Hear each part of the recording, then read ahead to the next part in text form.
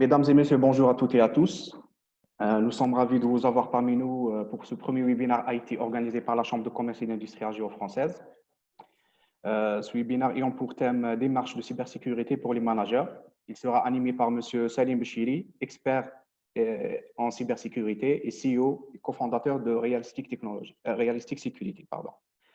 Nous vous invitons à commencer à poser vos questions dès le début du webinaire en utilisant la rubrique Q&R en bas de votre écran. Monsieur Bechiri, se fera un plaisir de vous répondre. Monsieur Bechiri, encore merci d'avoir accepté d'animer cette visioconférence. Sans plus tarder, je vous cède la parole. Bon webinaire à toutes et à tous. Merci, Atek Saha. Salam alaikum, bonjour. Ramadan Karim pour tout le monde. Je serais ravi, Inch'Allah, Lyoum, de vous présenter une sorte de démarche en termes de cybersécurité que j'ai dit pour manager. Pour manager, au sens, il n'y aura pas de technique, presque pas de technique. L'objectif, c'est qu'on doit remettre la cybersécurité dans son contexte business, dans un contexte métier. Parce que ce qui est important en termes de cybersécurité, c'est qu'il faut faire la différence entre la finalité et le moyen. Beaucoup de spécialistes et certains même utilisateurs considèrent en fin de compte que la cybersécurité, c'est la finalité. On doit avoir la meilleure sécurité possible, on doit appliquer telle norme, tel standard, mais on oublie que ce n'est pas la finalité. La finalité, c'est que le business, le métier, l'entreprise, l'administration fait son travail, l'entreprise fait du profit. La cybersécurité n'est là que pour la supporter. Elle ne doit aucunement devenir un facteur de blocage.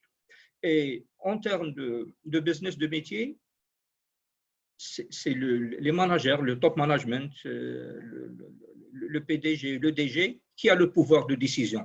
Alors, c'est nécessaire qu'ils soient sensibilisés, qu'ils comprennent quels sont les enjeux, pourquoi il doit faire, pourquoi il doit débourser de l'argent en fin de compte, pourquoi il doit recruter.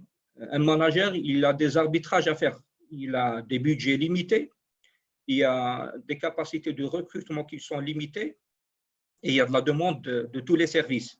Alors pourquoi il va donner telle somme d'argent pour la sécurité et ne pas pour les autres? Pourquoi il va recruter, disons, 20%, 30% de ses capacités de recrutement pour les placer sur la cybersécurité? Là, il faudra le convaincre. Il faudra lui montrer que ça va dans le sens du business, ça va dans le sens de l'accomplissement des missions. Ce n'est pas uniquement quelque chose qu'on doit faire et c'est tout. Et je crois qu'une des raisons d'échec de la mise en place d'une stratégie de la sécurité en fin de compte, c'est qu'on n'arrive pas à convaincre. Je dirais, j'ai fait même un petit post sur notre blog, un petit peu provocateur, c'est vrai, c'était destiné les RSSI en leur disant que si le management n'est pas convaincu, en fait, c'est votre faute. Vous n'avez pas donné les bons arguments, vous ne parlez pas le même langage que le management. Certes, c'est un peu exagéré, mais il faut toujours garder à l'esprit que la finalité, l'essentiel, l'important, c'est le business, c'est le métier, pas la technique en elle-même, pas la sécurité en particulier. Alors, je ne sais pas pour l'assistance, quelle est la répartition en termes de profil entre managers et spécialistes. Alors, pour les managers, j'espère pouvoir présenter la sécurité d'une manière simple, où le maître mot, c'est le bon sens. C'est quelque chose qu'on peut se construire avec une certaine logique, ce n'est pas sorcier. Et pour les spécialistes, je sais que je ne vais pas leur apprendre des choses sur la partie technique, mais peut-être qu'ils verront une autre manière de présenter les choses ou une simplification, ça pourrait être utile à certains d'eux.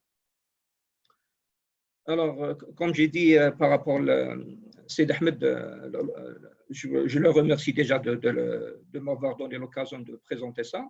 C'est que je suis ouvert à toute question, même lors de la présentation, on peut répondre d'une manière pseudo-interactive comme on est en remote.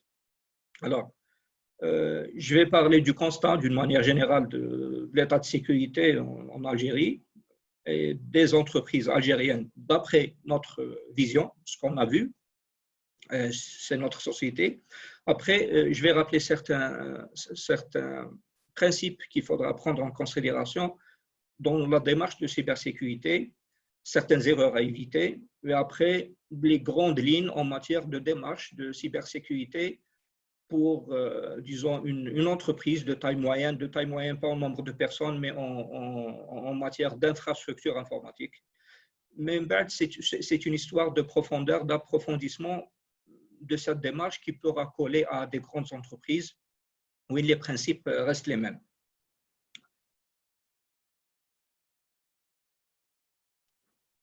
Alors, si on passe à la slide suivante, où là,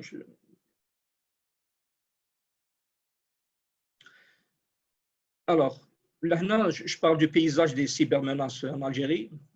Pourquoi c'est important de parler déjà du paysage? Parce que c'est l'environnement dans lequel évoluent les entreprises. Par exemple, là, j'ai repris des stats d'un rapport qui vient de tomber il y a une semaine, je crois. Il y a à gauche le nombre d'infections par pays africain durant mars et avril 2020. Là, bien sûr, vous pouvez voir la source, il y a plusieurs stats. J'ai repris, oui, l'Algérie est mis en exergue.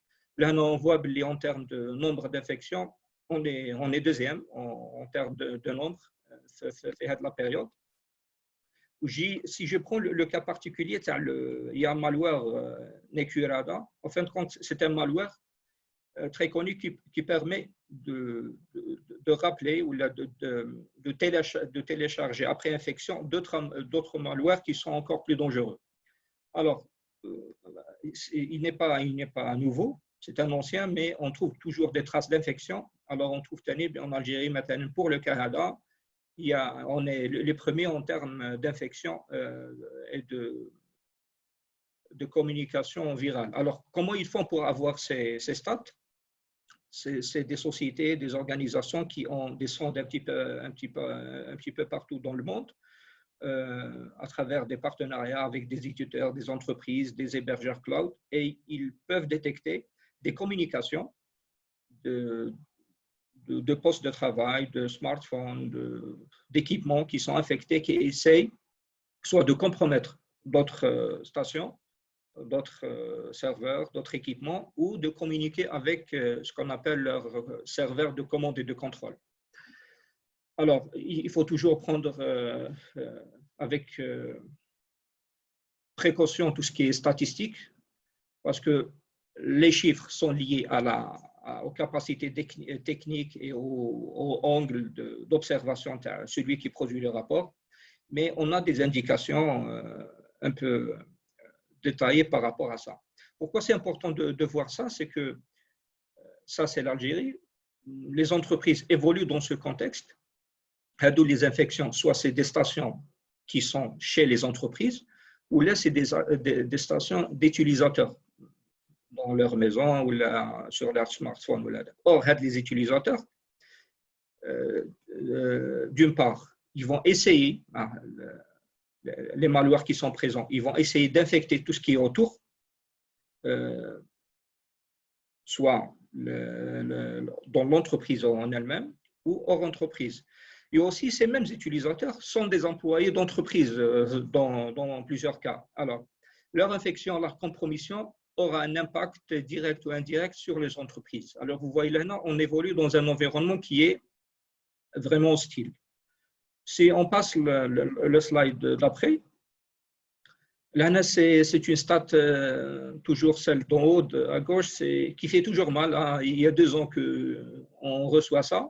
Oui, l'Algérie est classée première en termes de faiblesse en termes de cybersécurité. Il faut savoir, je ne sais pas comment, je ne me suis pas attardé trop sur la méthodologie, mais j'ai vu qu'ils prennent plusieurs critères pour faire un score, un classement.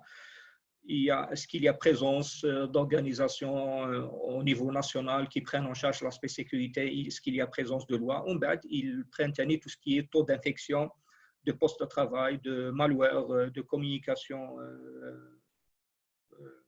qui n'est pas autorisé. Et il arrive à produire des scores. Oui, on n'est pas bien loti.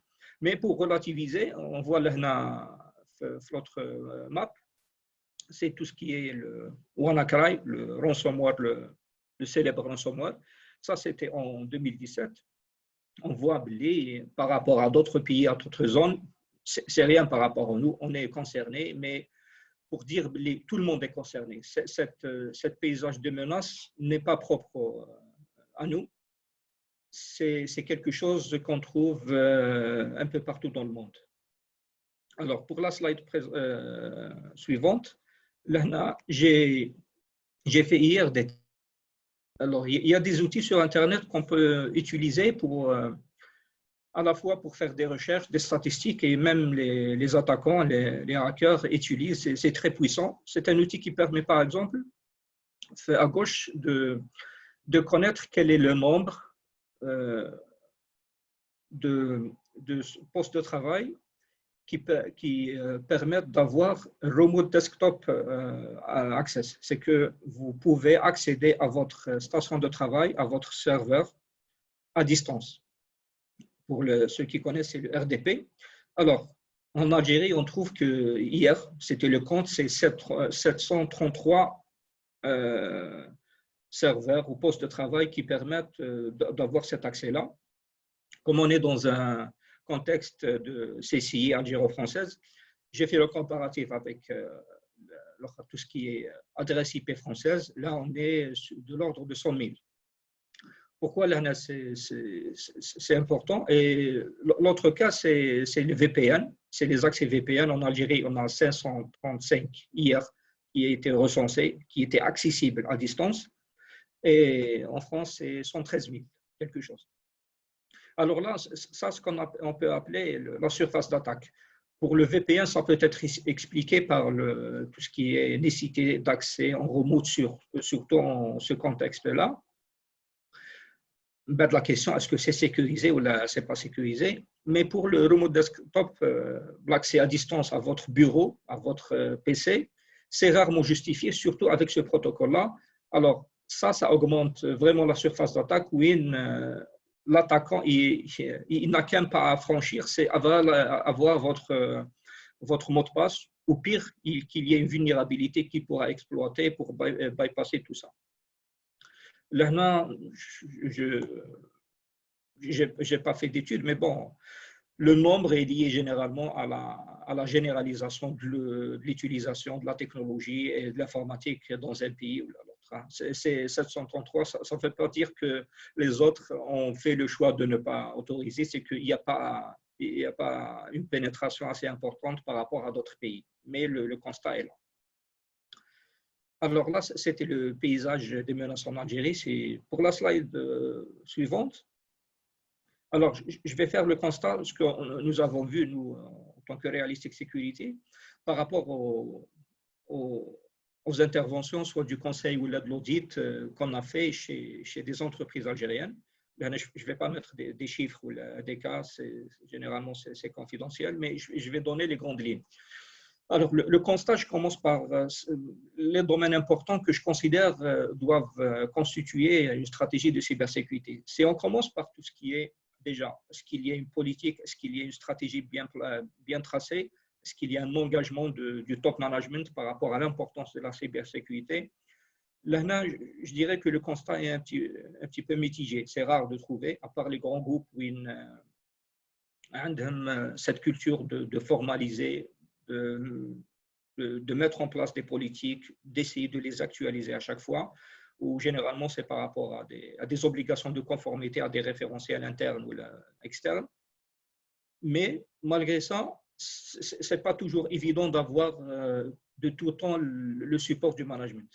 Et le résultat, c'est qu'ils n'ont pas les budgets toujours là pour faire ce qui est nécessaire. Ils n'ont pas l'appui pour pouvoir exécuter tous leurs objectifs en termes de cybersécurité. Mais là, je reviens à l'introduction, c'est leur rôle justement de prioriser et de convaincre. Après, en matière de connaissance du parc, de l'infrastructure informatique, là aussi, malheureusement, c'est pas toujours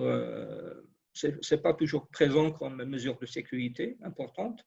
C'est qu'on trouve qu'il y a des sociétés qui essayent de se se défendre contre les attaquants, mais ils ne connaissent pas ce qu'ils ont en interne. Ils ne connaissent pas ce qu'ils doivent protéger. Ça, c'est vraiment problématique. Il y a les raisons, c'est quelquefois un manque de maîtrise, manque de temps, manque de bons outils. Ça, c'est le constat. Après, je fais le constat sur trois plutôt fonctions importantes en termes de cybersécurité, tout ce qui est protection, tout ce qui est détection et réponse.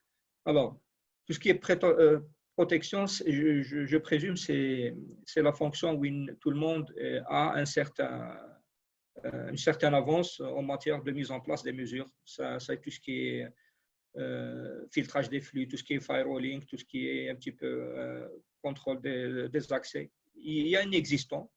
Dans plusieurs cas, ça marche, ça donne des résultats, mais c'est toujours perfectible. En termes de détection, là, c'est le gros problème, c'est qu'on appuie, on construit toute notre stratégie en termes de cybersécurité sur la protection. Après, si les moyens de protection sont faillibles et ils seront toujours faillibles face aux attaquants, là, on ne sait même pas s'il y a eu une attaque ou là. Et là, le constat, ce n'est pas uniquement chez les entreprises algériennes qu'on a auditées ou qu'on a conseillées, mais c'est quelque chose qui est vraiment généralisé de par le monde. Il y a des stats maintenant au niveau des US. Alors, la moyenne de ce qu'on appelle le mean time to detection, c'est le temps moyen de détection d'une attaque, c'est à peu près, je crois, 200 jours, 250 jours.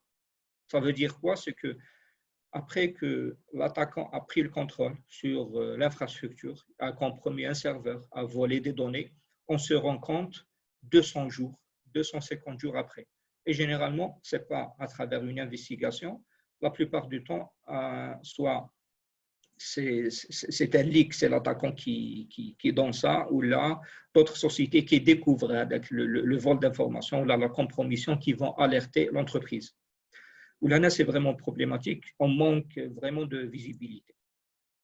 Ça, c'est un petit peu ce qu'on a dressé comme constat.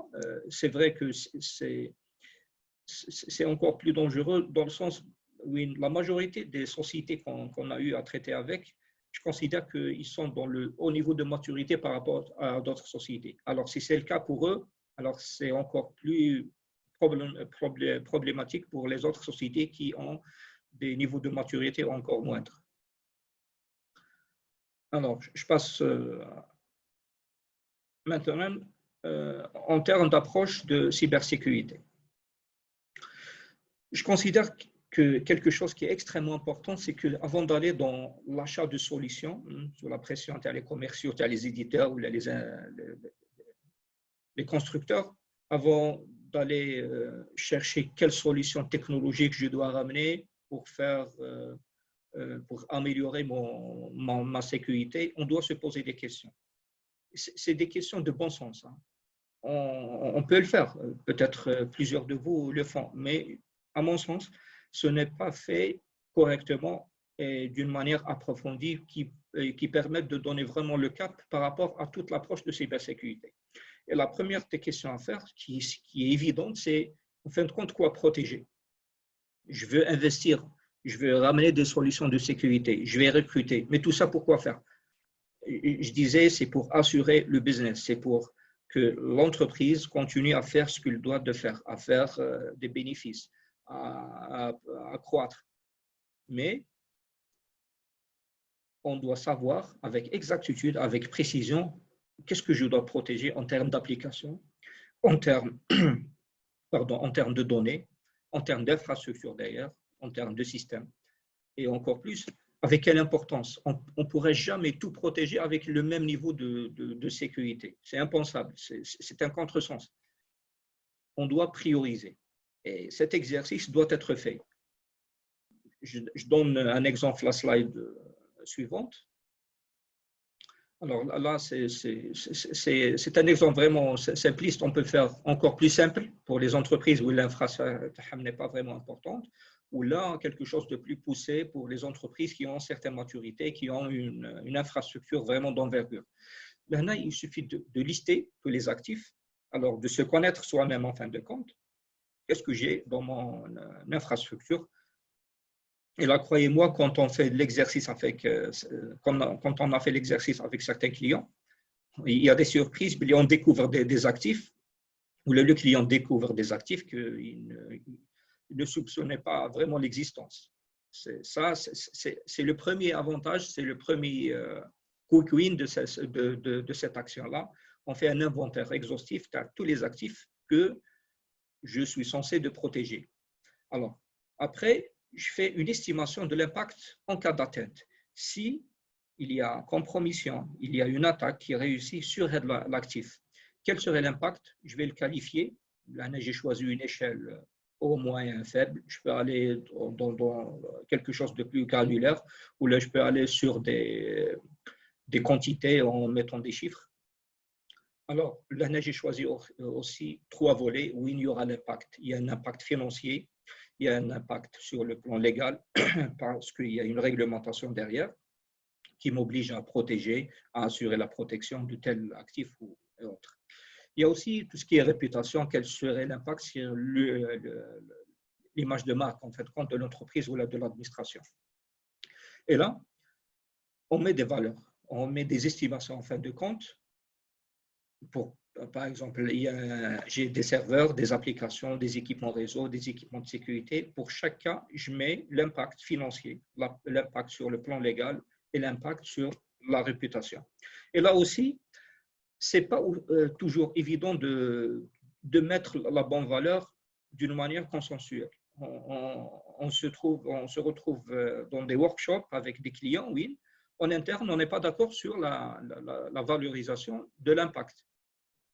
Et ça, je ne dirais pas que c'est problématique. Non, ça permet justement d'aller au fond des choses, de savoir ce que j'ai et quel serait l'impact réel, pas supposé, sur l'entreprise si cet actif est touché.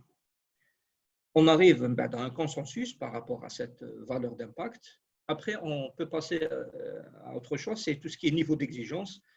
Là, on reste la slide pardon.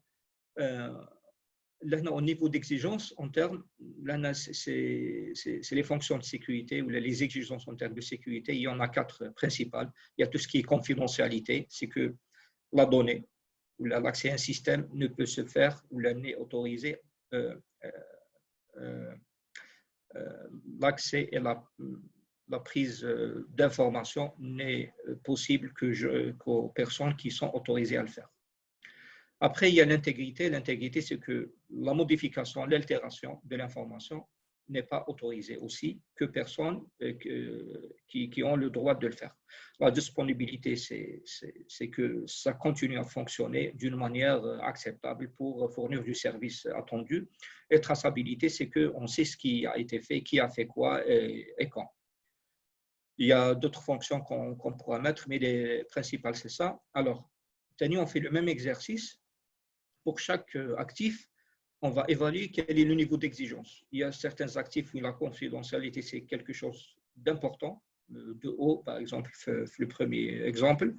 De même, l'intégrité, mais en matière de disponibilité, c'est moyen. En matière de traçabilité, aussi, c'est moyen.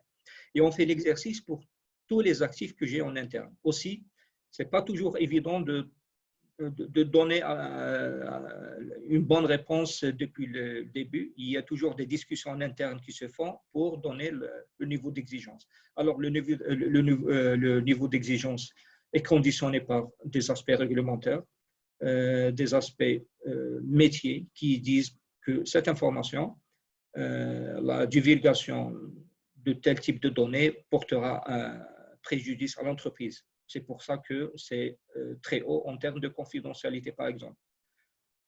Et vous continuez sur tous les actifs. À la fin, vous sortez avec une vision, une cartographie plus précise et plus claire de ce que vous devez protéger. Qu'est-ce qui est important de protéger? Là, vous aurez du coup une priorisation en termes de protection. Je sais mes moyens financiers sont limités. Le management, si je me place du côté de l'IT ou des gens de la sécurité, le management ne va jamais donner tous les budgets qu'on va solliciter, ou le manager il doit faire des arbitrages, comme on a dit, par rapport à d'autres fonctions de l'entreprise. Alors, avec des budgets limités, des ressources limitées, et c'est toujours le cas, il y a un problème de main-d'œuvre spécialisée, je ne pourrai jamais tout faire, je ne pourrai jamais tout protéger. Alors, cette connaissance de ce que j'ai avec ce niveau de priorisation me permet justement de mettre en place des plans d'action priorisés. Maintenant, on peut aller pour la slide suivante. Alors, si la première question, protéger quoi, c'est quelque chose d'assez évident que plusieurs personnes, plusieurs entreprises font, malgré que j'insiste, il faut le faire d'une manière encore plus approfondie. Il y a une question que rares sont les entreprises qui font de l'exercice, c'est que oui, je vais protéger mes actifs, je vais investir en termes de sécurité, mais je vais me protéger contre qui? C'est du bon sens, malgré que ce n'est pas toujours une pratique, comme je dis, courante. On doit connaître, je veux me protéger contre qui? Alors, le premier volet, c'est déjà de connaître quels sont les types d'attaques. Les cyberattaques, il y a plusieurs catégories.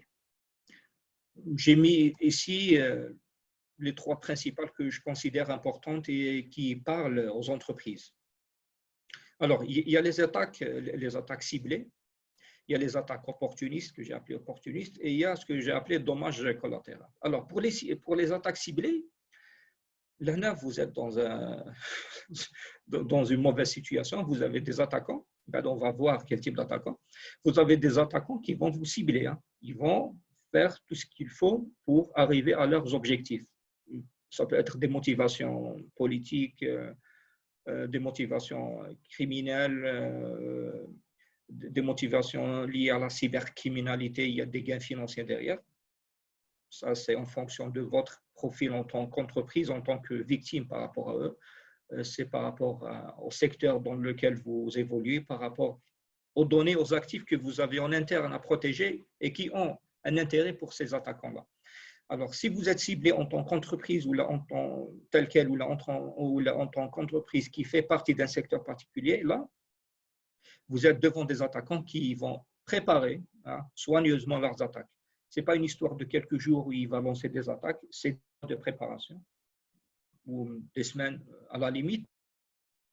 Après, c'est des essais successifs. Ils ne vont pas s'arrêter aux premiers échecs. Ils vont continuer à essayer. Et pour un attaquant, généralement, il suffit d'une seule fois pour réussir.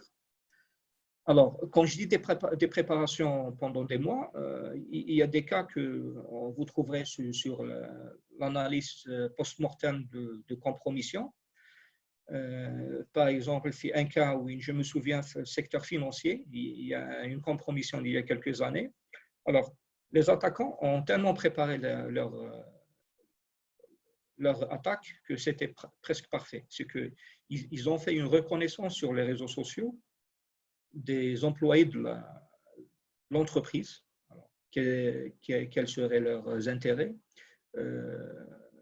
leur centre d'intérêt, leur poste, qu'est-ce qu'ils maîtrisent pour les gens de l'IT, quelle technologie ils travaillent dessus. Après, ils ont commencé à préparer des mails de phishing qui sont adaptés à chaque profil. Aussi, ils ont fait un truc vraiment, c'est quelque chose de la haute stratégie pour moi, c'est qu'ils ont fait coïncider l'attaque sur 4 jours de week-end sur plusieurs continents. Alors, la première attaque, c'était un week-end pour l'entreprise. C'était le continent et l'exercer, c'était un week-end. Alors, ils ont fait transférer de l'argent sur des banques sur un autre continent où il y avait, je crois, c'était une fête nationale ce jour-là. Ce n'était pas un week-end, c'était une fête nationale. Alors, quand l'entreprise s'est rendue compte, là c'était flagrant, ils se sont rendus compte du hack, de la compromission. Ils ont essayé d'alerter, ils ont vu la trace où ça a été transféré l'argent. Ils ont essayé d'alerter, c'était une fête nationale. ils ont refait transiter une partie de l'argent vers un autre continent, un autre pays où il y avait aussi une fête nationale. C'était vraiment une planification sur plusieurs mois. Ils ont eu une fenêtre d'attaque de 4 jours. C'était des peines perdues. Je crois que l'entreprise a pu récupérer uniquement 20% à travers des actions qui ont pris des mois pour récupérer 20% des pertes qu'ils ont eues. Là, c'est un exemple de préparation. Alors, si vous êtes ciblé, il faut agir en conséquence. Là, on va voir des pistes comment on pourra faire. Ça sera toujours du bon sens. Il faudra adapter à chaque contexte. Il y a les attaques que j'appelle opportunistes. C'est les gens qui lancent, par exemple, des scans sur Internet pour découvrir des services vulnérables. Comme j'ai fait hier, c'est pour des objectifs de stats, de recherche, mais on peut le faire de la même manière pour préparer une attaque. Je vais identifier des services qui sont exposés sur Internet. Oui, je sais, tel service avec telle version est vulnérable, qu'il y a une vulnérabilité que je pourrais exploiter. Ou là, je cible un ensemble d'entreprises, je lance des scans. La première entreprise qui présente des indications, une prédisposition à être attaqué, à être compromis, je saute dessus. Là, c'est pour ça qu'on utilise, en fin de compte, le fruit le plus près, je vais le cueillir. Hein. Je ne vais pas m'attarder à essayer d'aller au-delà de ça. Là, si vous avez de bonnes défenses, vous allez passer ce genre de choses. Parce que la logique des attaquants, là, c'est passe au suivant. Là, si on parle de leng hacking fraud pour les attaques ciblées, ils s'en foutent des autres fruits, c'est vous le fruit qu'ils ciblent. Et la dernière, c'est ce que j'appelle des dommages collatéraux, c'est que vous, en fin de compte, on va vous attaquer, on va vous cibler, en fin de compte, c'est une variante du ciblage, mais vous n'êtes qu'une passerelle. Vous êtes utilisé pour aller à la vraie cible qui est derrière. Là, on peut dire que il y a un S qui est en plus là. Dites-moi qui vous connaissez, je vous dirai qui va vous attaquer. Il y a, par exemple, l'exemple qui me revient, c'est l'exemple de la compromission de TV5, TV5 Monde, je crois, la chaîne de télé. C'est que la compromission, ça a été fait à travers un prestataire qui a été compromis parce que les attaquants s'étaient ciblés. Ils ont fait leur préparation durant des semaines ou des mois. Ils ont identifié les prestataires. Ils ont compromis certains d'eux. Ils ont utilisé un des prestataires pour arriver à la cible. Alors, pourquoi ça marche toujours? Parce qu'entre prestataires, qu'on le veuille ou non, entre partenaires, il y a toujours cette relation de confiance. On abaisse vraiment la garde, on abaisse le niveau de sécurisation parce qu'on doit interagir d'une manière plus flexible, ça doit être plus facile d'interagir, de se partager des informations, de communiquer. Et là, on tombe dans justement le travers, c'est qu'on fait une confiance d'une manière aveugle à nos partenaires. Or là, c'est quelque chose qui va nous coûter cher. Par exemple, je peux donner un exemple par rapport à ce contexte-là. Ce webinaire, par exemple, si je cible telle entreprise, je l'ai inscrite comme cible pour une raison ou une autre, pour l'attaquer. Alors, j'ai essayé de l'attaquer frontalement, je n'ai pas réussi, ou là, je ne vais pas laisser des traces pour l'attaquer frontalement. Alors, je vais essayer de voir dans son écosystème, dans son environnement, comment je peux l'attaquer à travers une porte dérobée en fin de compte. Je découvre que cette entreprise fait partie du réseau HADAS-CCI, la Chambre de commerce et d'industrie algéro-française. D'accord. Alors, si elle fait partie, elle est adhérente, ça veut dire qu'il y a des communications qui sont reçus à travers les gens qui travaillent dans la CCI algéro-française. Il y a un certain niveau de confiance derrière. Je fais confiance maintenant. Sid Ahmed m'envoie régulièrement des emails pour me donner des informations, m'inviter à des webinaires, me mettre en relation avec d'autres entreprises. Alors, moi, en tant qu'attaquant, pour moi, dommage pour toi, Sid Ahmed, c'est que tu deviens une cible, tu deviens un dommage collatéral. C'est que la première action, la première phase de mon attaque qui va cibler telle entreprise, c'est de vous compromettre. Alors, je vais faire le même travail sur vous en tant que cible. Je vais vous compromettre et utiliser cette relation de confiance pour arriver plus facilement, normalement, à l'entreprise cible. Là, ce qu'on appelle, ce que j'ai appelé moi dommage collatéral.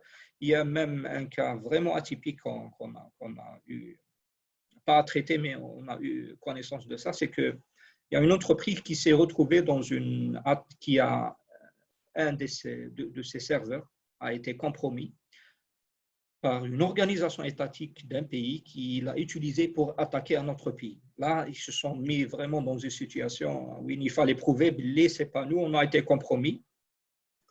Je ne connais pas tous les détails, mais c'est une situation qu'on n'aime pas qu'on soit dedans, vraiment. Alors, si on passe au slide suivant, on est toujours dans le… Excusez-moi de vous interrompre, on a deux questions. C'est la première, oui. Je ne vais pas vous attaquer, c'était qu'un exemple. Hein. Oui, j'ai eu un peu peur pendant un moment ensuite. Mais ça peut arriver. Hein, oui, bien sûr. Bon, la première question, c'est comment peut-on savoir qu'on est ciblé j'imagine que c'est suite à une attaque. Comment peut-on savoir si on est ciblé ou bien c'était juste une attaque opportuniste? Donc, comment on peut connaître ses adversaires dans ce cas-là? Alors, deuxième question, c'est par rapport au slide précédent. C'est dans la slide, on parlait de serveurs et d'applicatifs. Est-ce qu'on place la base de données dans la partie serveur ou bien dans la partie applicatif? Voilà, merci. D'accord, je vais commencer avec la dernière pour ne pas l'oublier. La base de données, à la mettre sur le serveur en termes ou en tant qu'application, c'est par rapport à votre contexte. Si le serveur, par exemple, en lui-même, n'a d'utilité ou n'est important que par rapport à la présence de cette base de données, on traite directement la base de données. C'est lui l'actif qui est important. L'autre, ce n'est qu'un contenant. La compromission, justement, pour arriver à la base de données, une des manières d'y arriver, justement, c'est de compromettre le système qui fait tourner le serveur. Honnêtement, à chaque cas, on essaye d'identifier, d'inventorier tous les actifs qui sont possibles. Il y a même des méthodologies qui vont aller encore plus dans le détail, qui, à mon sens, sont encore plus lourdes, qui ne sont pas très utiles pour la majorité des entreprises. C'est que ce qui est important, c'est qu'un actif, vous allez dire ça, c'est important pour l'entreprise. S'il y a compromission, il y a une attaque, il y a une atteinte, on aura cet impact-là avec ce niveau-là, au moyen faible. Je vais dire, ce serveur-là, il a une base de données, je vais le considérer comme tel. Je peux, même des cas, on met par exemple serveur, base 01, serveur, base de données, tel, par exemple.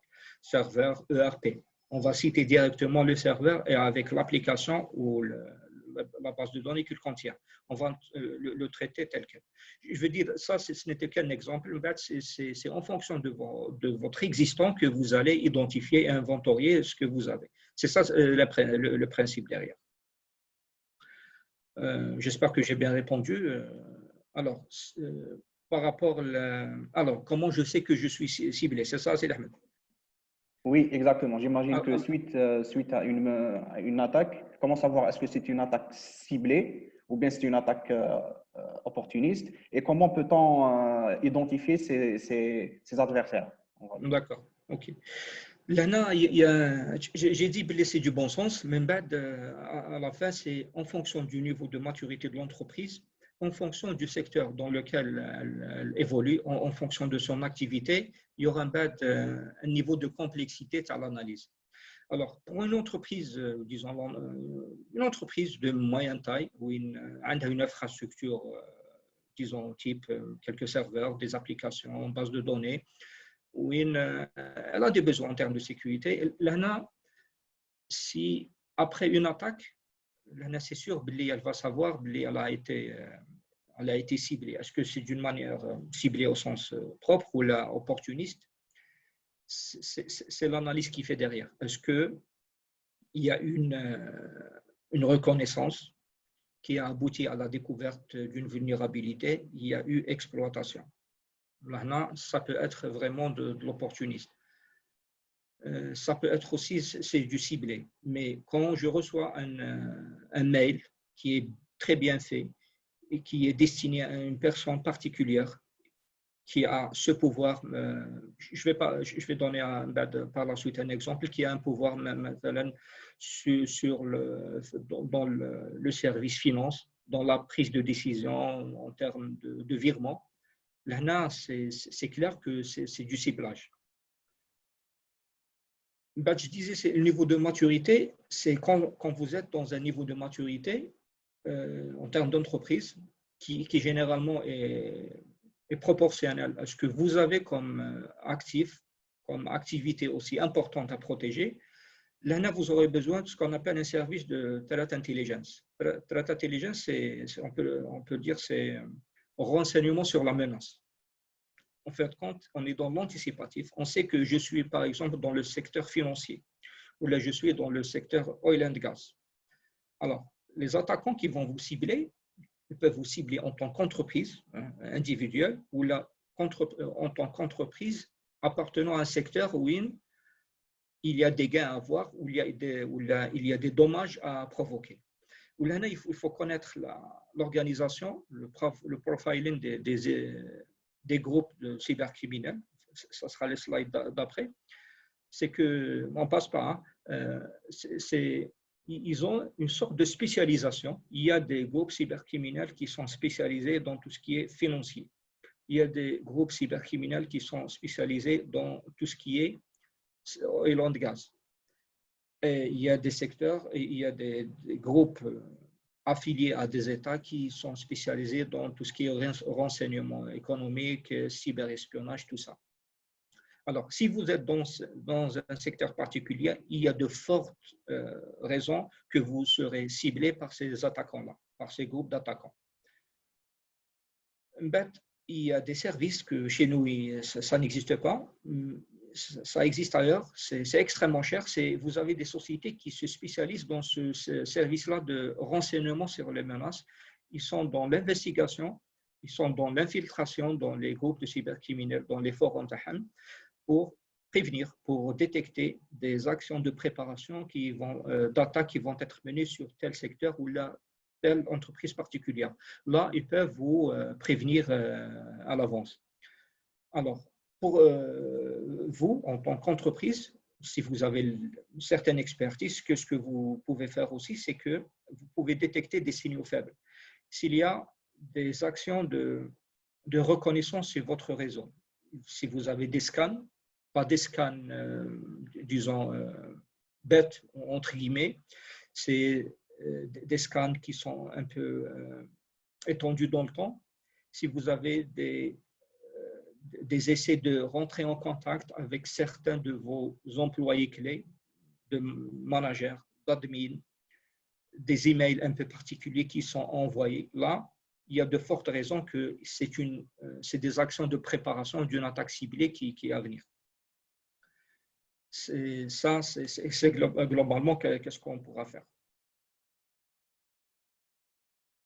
Je ne sais pas si j'ai répondu à la question, Ali. Mais bon, je pense que oui. La personne pourra revenir par rapport à ça après. Exactement. Si on passe le slide suivant, on a parlé des attaques. Là, désolé, j'utilisais le slide qui parlait des attaques ciblées opportunistes, dommages collatéraux. Là, justement, si vous êtes dans le ciblé ou l'opportuniste ou le dommage collatéral, vous devez tenir connaître quel est le profil de ton attaquant. Déjà, la slide quand affichée pendant un certain temps, j'espère que ça a suffi pour que vous ayez un aperçu sur ce qu'il y a dedans. Là, c'est un peu trop technique, j'avoue, mais c'est une slide que j'adore. J'ai découvert il y a quelques années. C'est une catégorisation des attaquants, des profils des attaquants, de leurs objectifs, des moyens qu'ils peuvent utiliser. Là, ça part du tier 1 du plus basique, c'est ce qu'on appelle les scripts kiddie. C'est les gens qui n'ont aucune expertise réelle. C'est des gens qui trouvent des outils sur Internet, qui essayent de lancer d'une manière aveugle. Dans quelques cas, ça ne marche pas. Ils ne sont pas capables de les adapter, de les corriger.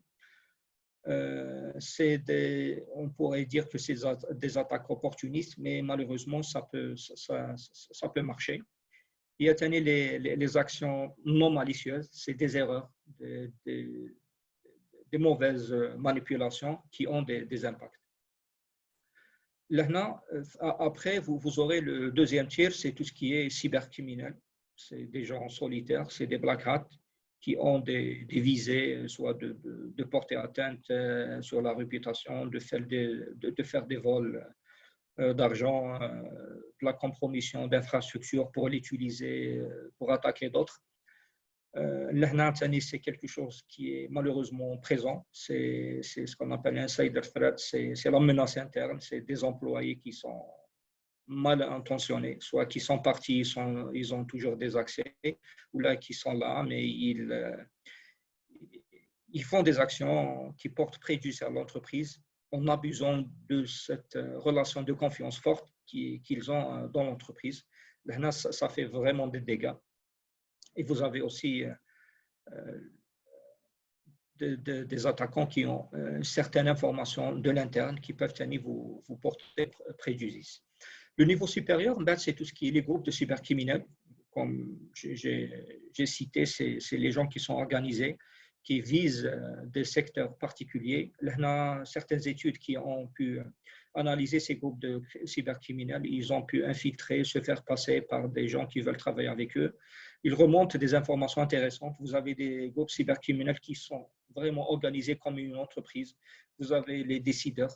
Vous avez des gens qui font du commercial, du commercial, du marketing pour leurs services, parce qu'il y a une tendance qui est là depuis quelques temps, c'est tout ce qui est malware as a service, ou la infrastructure pour attaquer as a service. On vous loue des capacités pour attaquer telle entreprise ou la compromettre un partenaire ou un concurrent.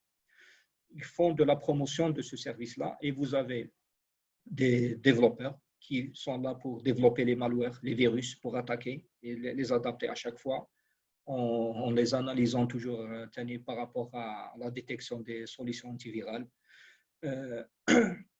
Vous avez vraiment une organisation qui permet d'être efficace, malheureusement, dans leurs actions d'attaque.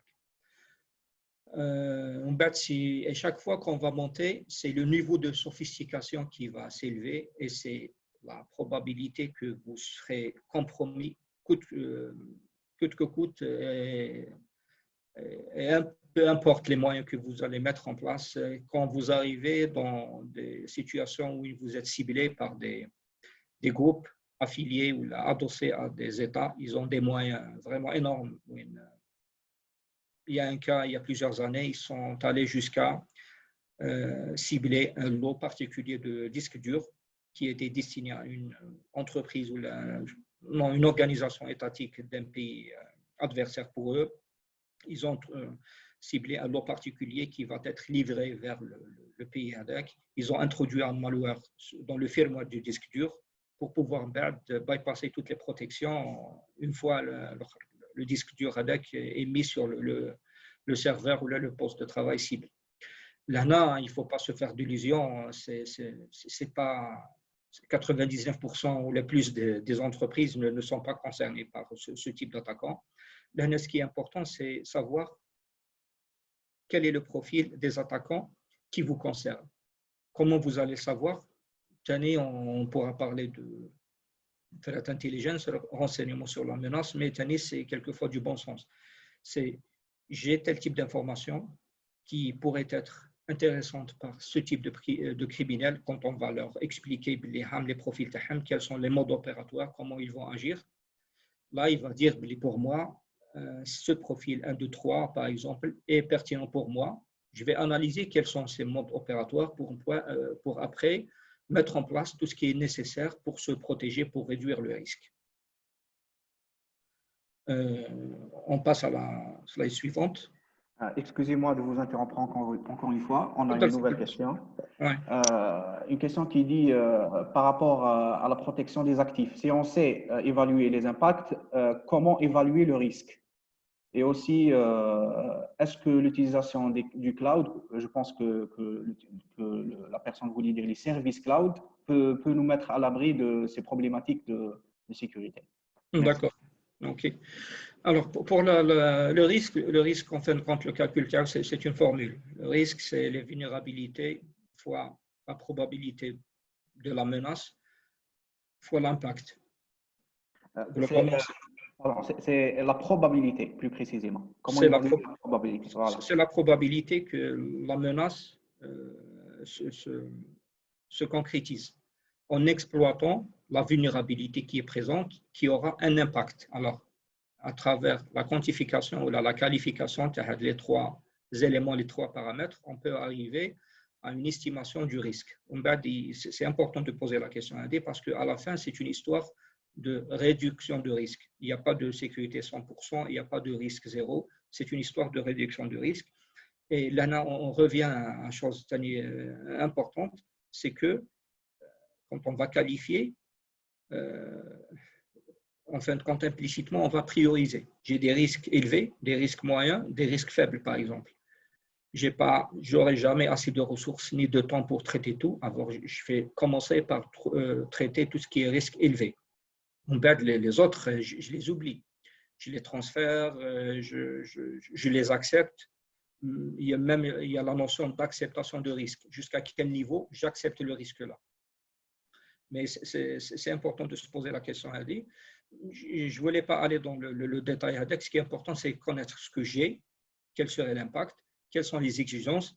On va voir, en connaissant mes vulnérabilités, avec Tani, quelle serait la probabilité que tel type de menace me concerne, qui va exploiter les vulnérabilités que j'ai identifiées. Et là, j'aurai une estimation de risque. Il y a des méthodologies, bien sûr, connues pour évaluer le risque. Il faudra choisir celle qui vous convient le mieux par rapport à votre culture interne, par rapport à votre niveau de maturité. Là, c'est une petite parenthèse. Il ne faut pas viser trop les méthodologies. Déjà, je vais en parler. À essayer de les appliquer à la lettre d'une manière aveugle, c'est contre-productif, ça donne des résultats vraiment qui vont aboutir à quelque chose d'inverse, c'est qu'on ne fera rien. C'est tellement compliqué, c'est tellement énorme, on oublie l'aspect de priorisation et on est vraiment stoppé dans notre élan de sécurisation parce qu'on est allé sur quelque chose qui n'est pas vraiment adapté par rapport à notre entreprise, par rapport à notre contexte. Alors, on est dans la slide où je parle des erreurs à éviter. Alors, là, l'image n'est pas très claire, mais bon, ça tombe mieux. On s'en fout quelque part parce que ça, c'est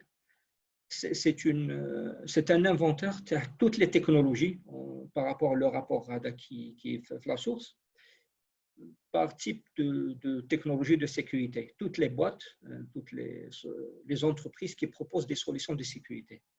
Alors, avec toutes ces solutions de sécurité, on trouve toujours des compromissions, on trouve toujours des niveaux de sécurité très faibles. Parce qu'il y a un travers dans lequel on tombe toujours, c'est qu'on considère que la solution, c'est avoir telle technologie. Il suffit d'acheter telle technologie, d'investir dans une next generation, dans quelque chose de très coté sur les rapports des cabinets internationaux, comme quoi c'est quelque chose, c'est parmi les leaders mondiaux. Et là, je suis délivré des attaquants, je suis protégé. Malheureusement, ça, c'est encore plus dangereux parce qu'on tombe dans ce qu'on appelle le faux sentiment de sécurité. Je mets la solution de sécurité qui est malheureusement pas bien exploitée dans la majorité des cas. On a eu à constater ça dans plusieurs cas. Elle fonctionne à 10% de ses capacités réelles. Elle n'est pas bien dimensionnée, elle n'est pas adaptée, elle n'est pas maintenue. Une solution de sécurité doit être maintenue et on vit avec un faux sentiment de sécurité. Alors là, j'aime cette citation d'un cryptologue connu, Bruce Schneier, c'est que il vous dit si vous considérez que vous allez régler vos problèmes avec la sécurité, vous avez un double problème en fin de compte. Vous ne connaissez pas vraiment vos problèmes et vous ne connaissez pas comment ça fonctionne la technologie. Là, peut-être plusieurs de vous ont vécu ça. On a un problème d'efficacité en termes de protection. On a des problèmes de sécurité, même des problèmes techniques au-delà de sécurité. On n'arrête pas de changer de solution technologique, mais le problème est toujours là parce qu'on n'a pas fait la bonne réflexion. Il faut aller au fond des choses, faire ce qu'on appelle root cause analysis. Pourquoi ça ne marche pas? Est-ce que c'est le problème uniquement de la technologie? Et en faisant cette analyse-là, on va trouver que le problème peut-être est ailleurs. Il y a les aspects process, il y a les aspects people, il y a les aspects qui sont liés à la culture de l'entreprise, il y a l'aspect qu'on est en train d'utiliser la mauvaise approche. Là, c'est important, c'est que la technologie, ça vient comme aboutissement. C'est pas la solution. Pour la slide suivante. Là, on va faire un petit test. Hein. J'ai parlé pendant déjà 1 heure. On va essayer de faire vite pour donner du temps les questions. Désolé. Alors, vous avez 3 combinaisons. Hein. Vous avez un singe avec les bananes, un panda avec des bananes et le panda avec le singe. Alors, d'après vous, pour vous, quelle est la première combinaison qui vous vient à l'esprit? Il y a un sondage à faire. C'est anonyme, hein? On ne va pas vous faire une analyse. Sid Ahmed, on laisse 30 secondes pour y répondre.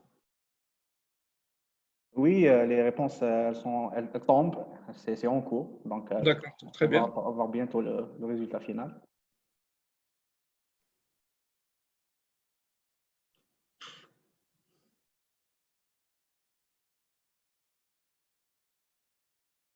Donc, apparemment, ça se stabilise. On a 80% A, 15% B et 5% C. Alors, 80% A. OK, d'accord. Alors, il y a 15% B. Oui, exactement. Alors, dommage, c'est anonyme parce que les B, il faudra les trouver. Hein, parce que alors, ça, c'est une étude qui date de plusieurs années et qui a été faite, très bien, je vois là le résultat, qui a été faite dans un esprit d'étude de l'influence de la culture par rapport à notre perception des choses. Si je me souviens bien, les réponses n'étaient pas identiques par rapport aux pays où les répondants sont originaires. Les pays occidentaux, Amérique, Europe, c'était le C, je crois, une forte majorité de C. Pour eux, c'est logique, c'est 2 animaux, hein, le panda et le singe. Par contre, en Afrique et en Asie, une assez bonne partie des répondants allait dans le A. Pour eux, c'est un singe mange des bananes. Et là, on parle vraiment de biais, pas de biais, on parle d'influence de la culture par rapport à notre perception des choses. Pourquoi c'est important? Parce que quand on va ramener, là, on peut passer le slide, le B, parce que panda avec des bananes, c'est vraiment créatif. Hein. Ces gens-là, ils sont extraordinaires.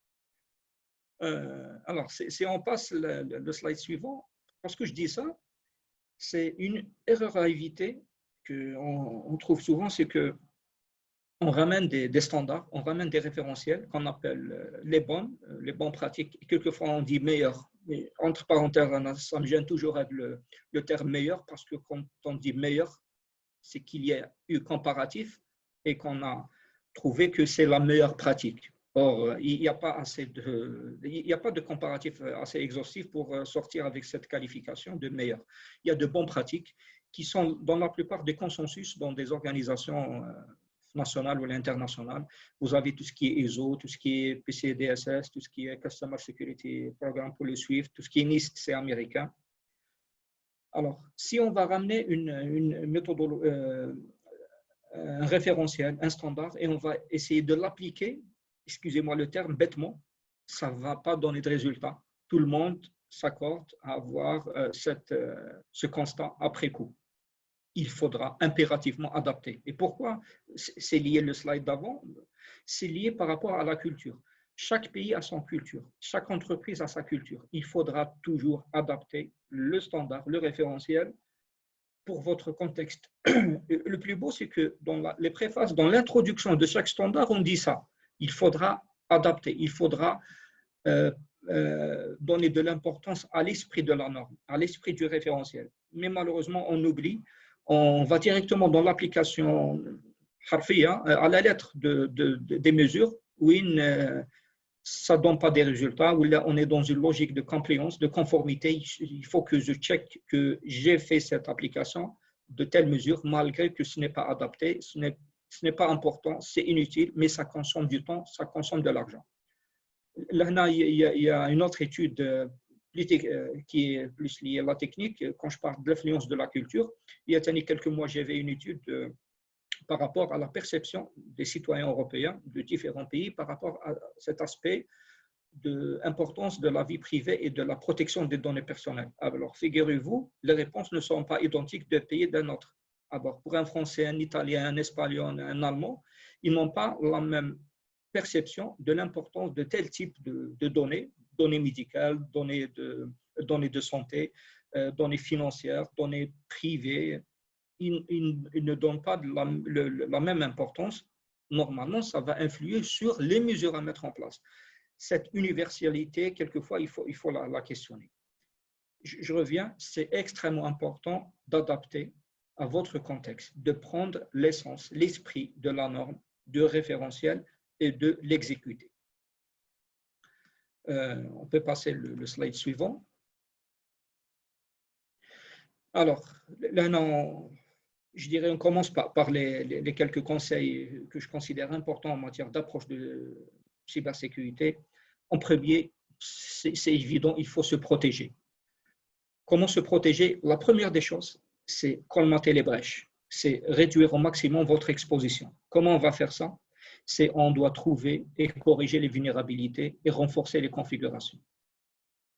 Parce que vous avez des vulnérabilités, un attaquant, qu'elle soit l'attaque ciblée ou opportuniste,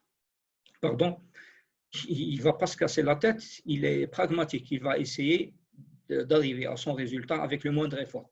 Alors, s'il trouve une vulnérabilité, c'est une faiblesse sur le système TAC, une faiblesse sur l'application, une faiblesse sur l'équipement réseau, l'équipement sécurité, une mauvaise configuration, qui pourra utiliser pour pouvoir arriver à s'introduire, à voler des données, il va le faire.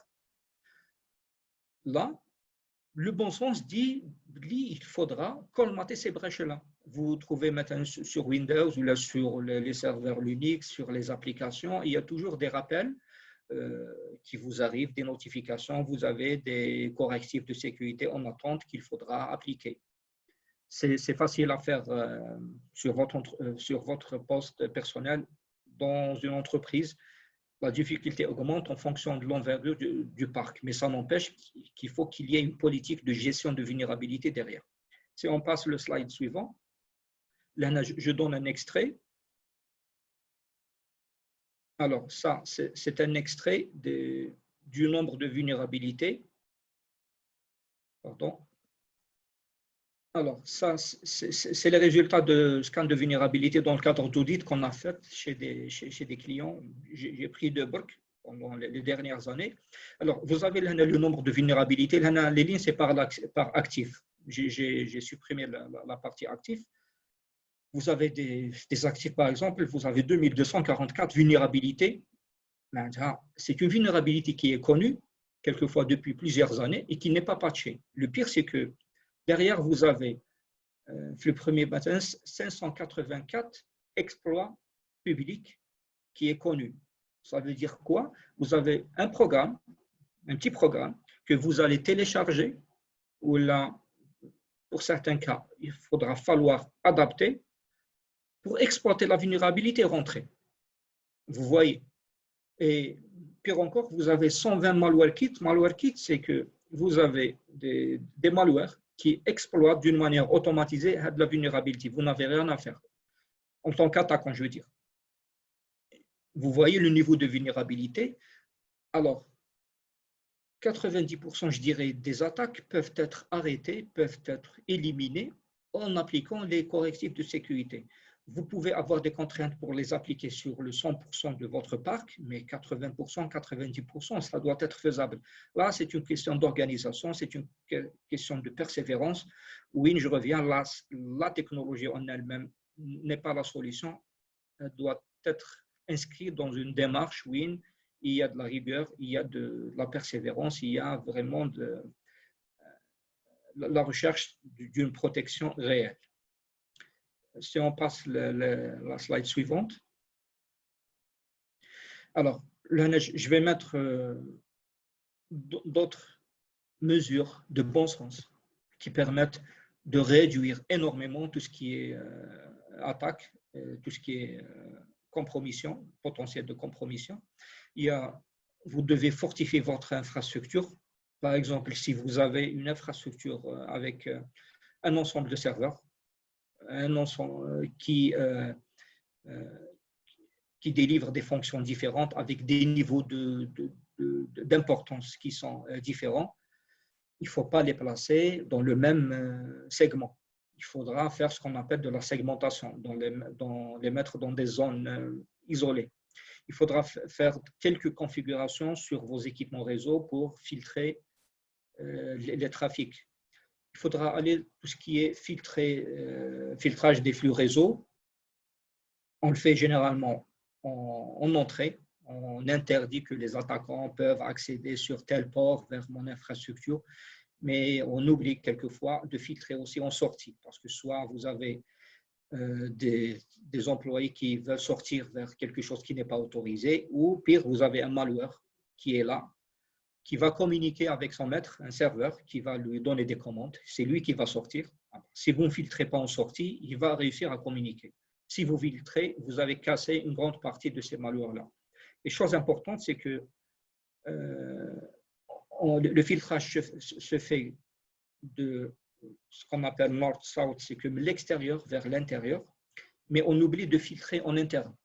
En interne, on doit adopter cette approche j'appellerais peut-être, je généralise le concept zéro trust, je fais confiance à personne, à quiconque, c'est qu'un serveur ne doit pas communiquer avec un autre serveur, ou là, un utilisateur ne pourra pas accéder à un serveur dont il n'a pas besoin d'y accéder. Là, je fais du filtrage east-west, c'est en horizontal, dans l'intérieur de mon entreprise.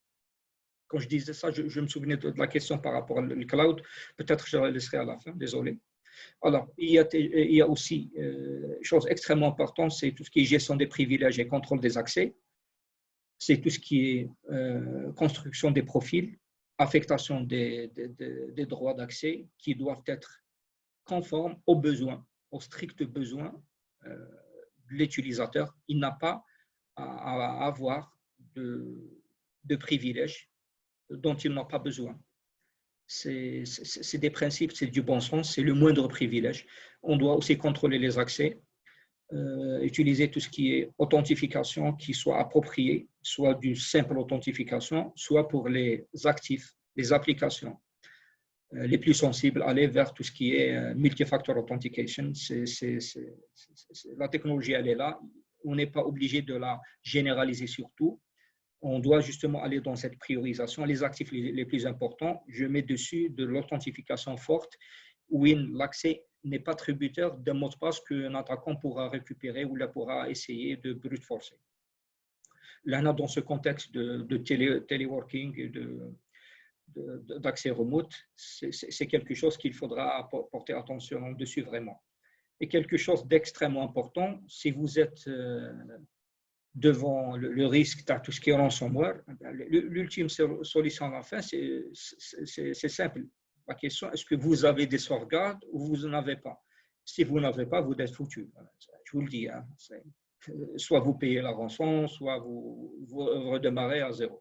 Si vous avez des sauvegardes, vous avez évité le drame en fin de compte. Et faire des sauvegardes, c'est une mesure de base. C'est basics, comme on dit. Ça demande une certaine organisation, une certaine rigueur dans l'application des procédures de sauvegarde, de tests de restauration fréquents pour s'assurer que ça marchera au moment venu. On passe à la slide suivante. Alors, là, le schéma ADA, c'est un cas typique où on fait des audits. Je résume, c'est que si je n'ai pas de mesures de sécurité, je n'ai pas de segmentation, je n'ai pas de filtrage de flux, j'ai des faiblesses en termes de contrôle d'accès, c'est qu'on arrive souvent à rentrer, à bypasser tout ce qui est protection périmétrique, à prendre le contrôle sur un équipement, un poste de travail, et faire tout ce qui est pivote, c'est des rebonds pour attaquer, prendre le contrôle sur toute l'infra.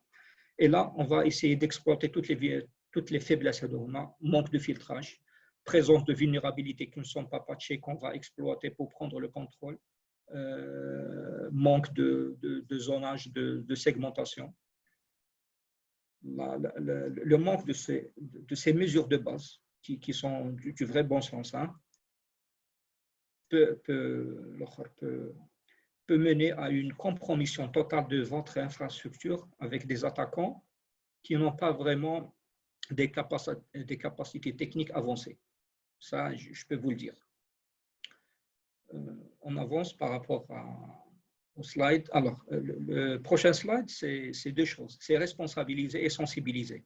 Alors, responsabiliser, c'est tout ce qui est charte informatique, tout ce qui est politique de sécurité. C'est bien de mettre en place des mesures de sécurité, mais il y a des choses que les employés doivent respecter. On ne doit pas anéantir tout l'édifice de sécurité par des actions, certes, ils ne sont pas mal intentionnés, mais qui peuvent avoir des impacts énormes. Il faudrait qu'il y ait règles, que tout le monde doit connaître les règles en termes de comportement, qu'est-ce qui est accepté en termes de comportement, en termes de sécurité.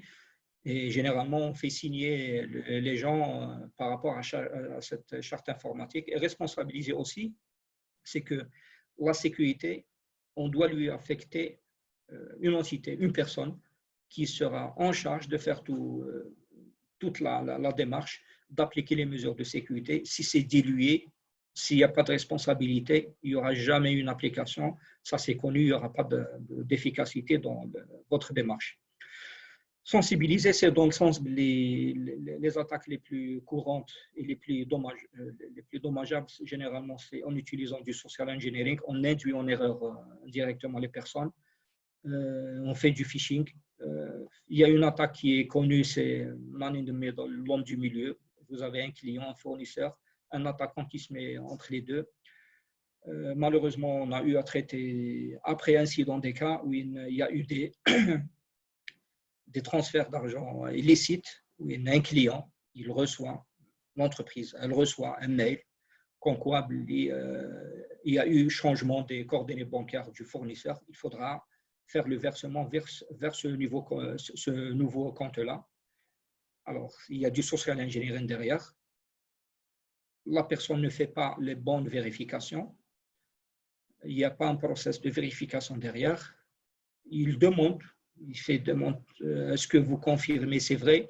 Il intercepte, parce qu'il a réussi à compromettre le poste de travail de la personne. Il intercepte le mail.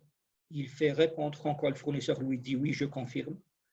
Il envoie après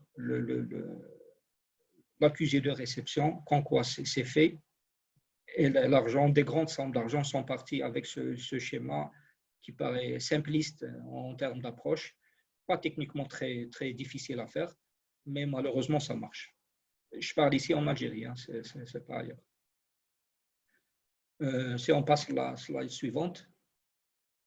Alors, on parlait de ce qui est protection, c'est des mesures de base. Ça vous permettra d'éliminer la majorité des attaques opportunistes et une partie des attaques ciblées. Mais après, il faudra mettre en place tout ce qui est détection et réaction. Pour ne pas aller dans le détail technique et vers des choses trop compliquées, il suffit d'adopter certaines choses, c'est que vous devez essayer autant que possible de générer et de garder des traces des accès qui se font, des transactions qui se font sur vos applications, vos bases de données, des créations d'utilisateurs, des changements de mot de passe. Si vous avez la possibilité de faire des traces, des flux réseau sensibles, et mettre en place des capacités de détection et de surveillance, maintenant même avec une petite infrastructure, il y a des solutions.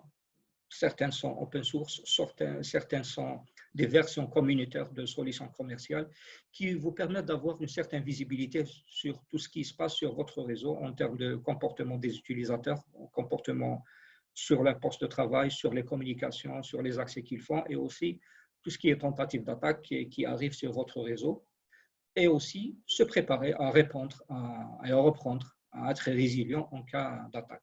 Aussi, là, il y a des procédures et il y a des outils.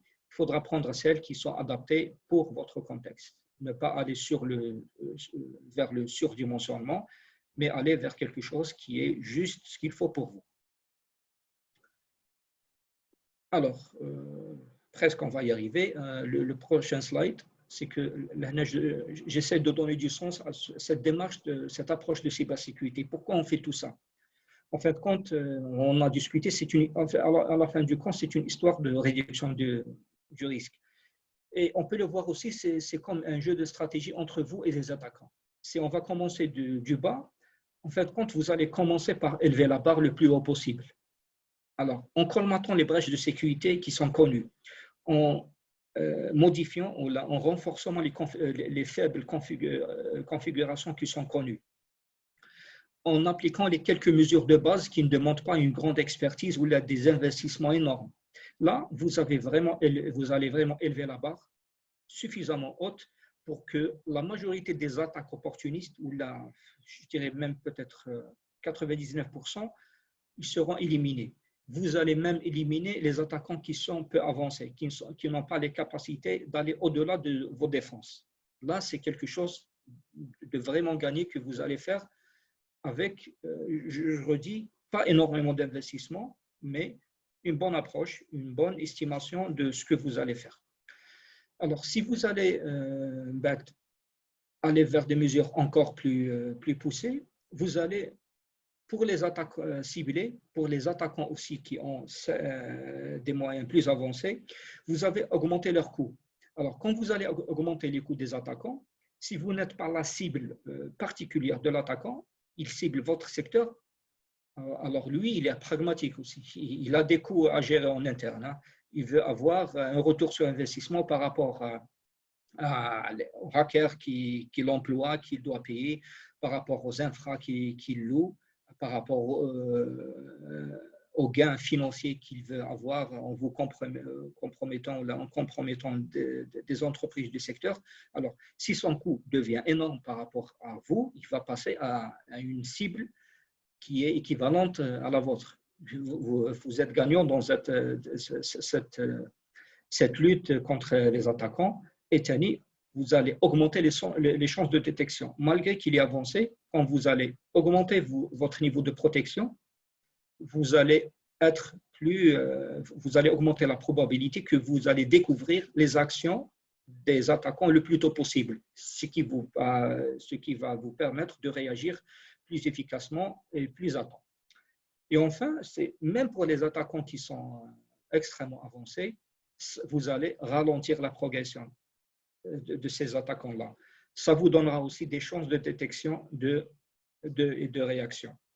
Vous voyez, en mettant en place les mesures de sécurité, même de base à nous, ce n'est pas pour les faire comme finalité, mais en fin de compte, vous êtes dans un jeu de réduction de risque et en se plaçant par rapport à votre adversaire, c'est un jeu de stratégie où vous élevez la barre, vous augmentez les coûts des attaquants et vous ralentissez leur progression.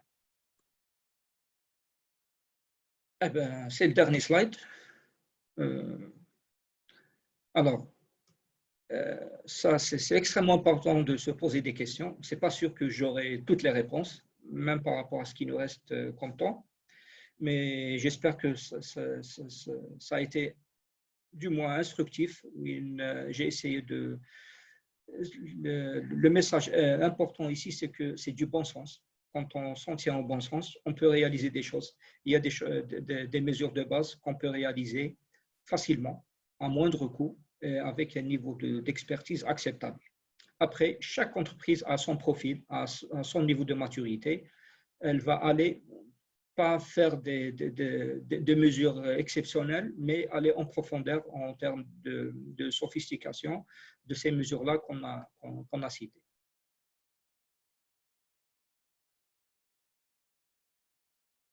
Là, je profite pour répondre à la question du cloud. En fin de compte, du cloud, pour résumer, je ferai des réponses rapides. C'est que c'est inéluctable.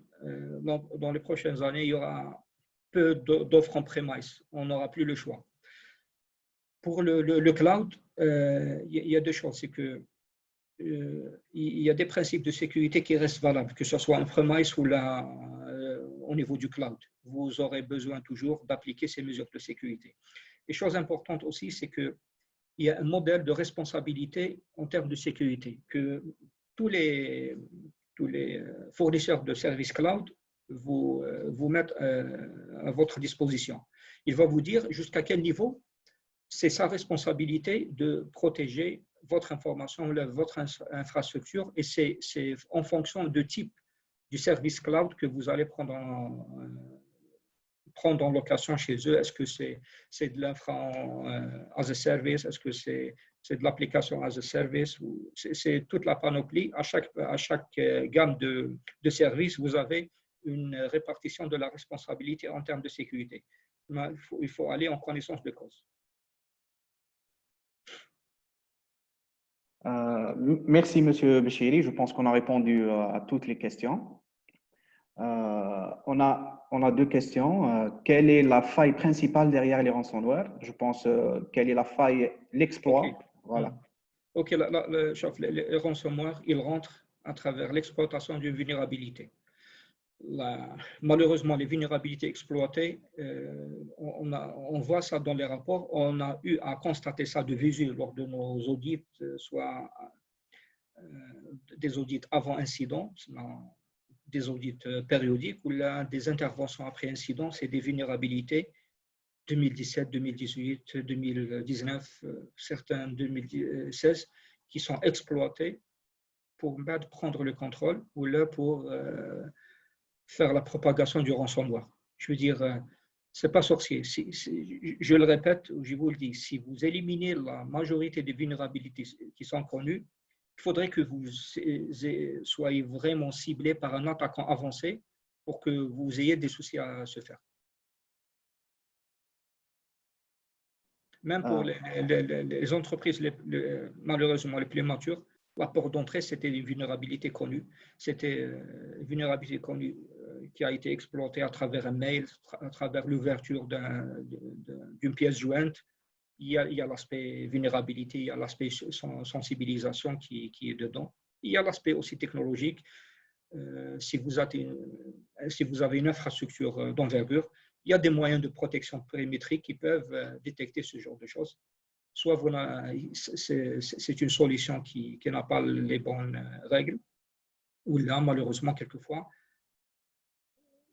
c'est une solution qui n'est pas maintenue. Comme d'habitude, on ramène la technologie, on l'installe et on laisse telle qu'elle. Et on a derrière le fameux faux sentiment de sécurité, qui est très dangereux. Voilà, on a une autre question. Elle est un peu longue, je vais essayer de la résumer. C'est quelqu'un qui demande quels sont les mécanismes pour sécuriser des installations utilisant l'IoT, SCADA, DCS et interconnecté avec l'ERP. Ok, d'accord. Personnellement, je ne suis pas spécialiste de la sécurité, tout ce qui est SCADA, ICS, mais ce qui est important de savoir, c'est que les principes restent les mêmes, tout ce qui est en termes de protection, en termes de détection. Ce qui change, c'est que la technologie, la manière de l'implémenter, elle change. Là, vous avez des acteurs qui se sont spécialisés en termes de technologie de protection, de technologie de détection, qui se sont spécialisés dans la protection de ces infrastructures-là. Mais derrière, je répète, c'est les mêmes principes. Il y a des vulnérabilités, il y a du bon sens. Le bon sens le plus important, c'est que, par exemple, on ne connecte pas une infrastructure industrielle sur Internet. Quelquefois, chez nous, je ne sais pas, je n'ai pas fait d'audit jusqu'à présent par rapport à ça, mais si vous allez dans certains outils sur Internet, comme celui que j'ai utilisé hier, vous lancez, vous trouvez des accès possibles à travers Internet vers des installations industrielles. Ça, c'est du bon sens. Il faudra couper cet accès, ou du moins, si c'est vraiment nécessaire, mettre en place tout ce qui est bon mode d'authentification et de contrôle d'accès. Merci. Une dernière question. Je vous la pose telle qu'elle est posée dans les questions. L'EDR est-il vraiment efficace? Je ne sais pas. Déjà, il y a plusieurs EDR. L'EDR, c'est le Concept Endpoint Detection and Response. C'est une sorte d'évolution, je dirais, où les éditeurs d'EDR diront naturel, tout ce qui est antivirus. Ça permet de ne pas être limité par les capacités ou la seule capacité de détection par les signatures des malwares. On est dans le comportemental, on va détecter et plus important, on va répondre d'une manière automatisée. Pour vous dire que c'est efficace, il y a des éditeurs avec des solutions où certains on a essayé, c'est extrêmement efficace. Mais c'est quelque chose qui demande une certaine maturité et aussi une bonne préparation en termes de déploiement et en termes de configuration, parce qu'on peut retomber dans tout ce qui est, en fait, faux positifs, énormément de faux positifs, ou même si on ne fait pas les bonnes règles en termes de réponse, on peut même se faire du mal en déni de service. Il faudra choisir la solution qui répond aux besoins, la faire tester généralement sur des périmètres réduits, une sorte de POC, et la faire valider. Après, le déploiement, c'est le faire avec des gens qui savent faire ce genre de choses. Je ne sais pas le contexte de la question, peut-être qu'il y a eu des expériences où ça n'a pas donné des résultats. Je vous dirais que c'est valable pour toutes les solutions, pour toutes les technologies. Les technologies, ils doivent répondre à un besoin précis. Si j'ai un besoin, oui, après analyse, je sais, là j'arrive à la conclusion que ce type de technologie, c'est lui qui va répondre à mon besoin. J'opte pour cette technologie, je fais le choix de l'éditeur ou du constructeur. Et après, qu'est-ce qui est important? C'est faire le bon déploiement, l'optimisation en termes de configuration. Ça va donner des résultats. Très bien. Quelqu'un me demande, étant IT non spécialiste de la question non spécialiste en sécurité, comment prendre en charge correctement l'aspect sécurité, qui est un monde assez vaste? J'imagine que la réponse est de faire appel à des experts tels que vous, je pense. Je ne sais pas, il veut dire prendre en charge dans son entreprise. Si c'est dans son entreprise. Oui, bien sûr. Il y a des choses que soit un IT ou même un chargé de sécurité peut faire tout seul. Il peut s'aider en termes de conseils ou en termes d'audit, en termes d'accompagnement par des entreprises spécialisées. Il y a pour moi la sous-traitance, il y a deux conditions pour aller dans la sous-traitance. C'est que soit je ne sais pas faire, soit je n'ai pas le temps de faire. Je sais, mais je n'ai pas le temps de faire. Et quelquefois, c'est les deux. Je ne sais pas faire et je n'ai pas le temps de faire. Là, il faudra aller dans une démarche pragmatique, intelligente, ce que je fais faire par d'autres qui maîtrisent mieux que moi ou que c'est leur métier de faire ce genre de choses. Mais il y a toujours une réflexion derrière. On insiste, ou même d'autres sociétés qui font la même chose que nous, c'est que c'est important de se poser les bonnes questions au début pour ne pas aller dans une démarche où vous aurez même, en tant que technicien, des problèmes avec votre management. Vous allez dans le surdimensionnement, chercher des solutions qui vous ne concernent pas, aller vers des investissements où ça ne donnera pas des résultats. Parce que quelque chose d'extrêmement important pour réussir un projet sécurité, c'est deux choses pour moi. Aller graduellement et avoir des quick wins. Graduellement, on ne peut pas tout viser au début. Il faut prioriser. On doit oublier certaines choses. on ne peut pas faire autrement. On doit se fixer des objectifs d'une manière graduelle et montrer des quick wins. On doit avoir des résultats le plus rapidement possible pour montrer au management, ou même le management pour lui doit avoir des résultats pour dire que j'ai un investissement ou là j'ai des coûts qui donnent derrière des résultats pour l'entreprise. Ça, c'est important. On ne va pas attendre une année pour voir des résultats. Des résultats, même sur un périmètre, par rapport à un aspect particulier, il faudra les montrer. Il faudra avoir des résultats. Je présume que ça, c'est valable pour tous les projets. Hein. Voilà, je pense qu'on est arrivé à la fin de cette visioconférence. Je remercie tout le monde pour leur présence et leur participation. Merci encore, Monsieur Béchiri, pour votre disponibilité et toutes les informations que vous nous avez transmises. C'est moi qui vous remercie, ou je remercie les personnes qui ont donné de leur temps hein, pour m'écouter pendant 1 heure ou plus. C'était très intéressant. Je vous disais, peut-être que ce sera uniquement 30 minutes, je ne sais pas quoi faire, mais on peut, en fin de compte, on a dépassé le… Oui, exactement. Donc, je rappelle juste à tout le monde qu'on a un autre webinaire fiscal qui est organisé ce jeudi. Donc, normalement, si vous êtes adhérent, vous avez reçu une invitation. Si vous ne l'êtes pas, vous trouverez le lien d'inscription dans les réseaux sociaux. Donc, sur ce, je vous souhaite bonne fin de journée et sahaf torkum. Et à la prochaine. Merci à tout le monde et sahaf torkum. Au revoir.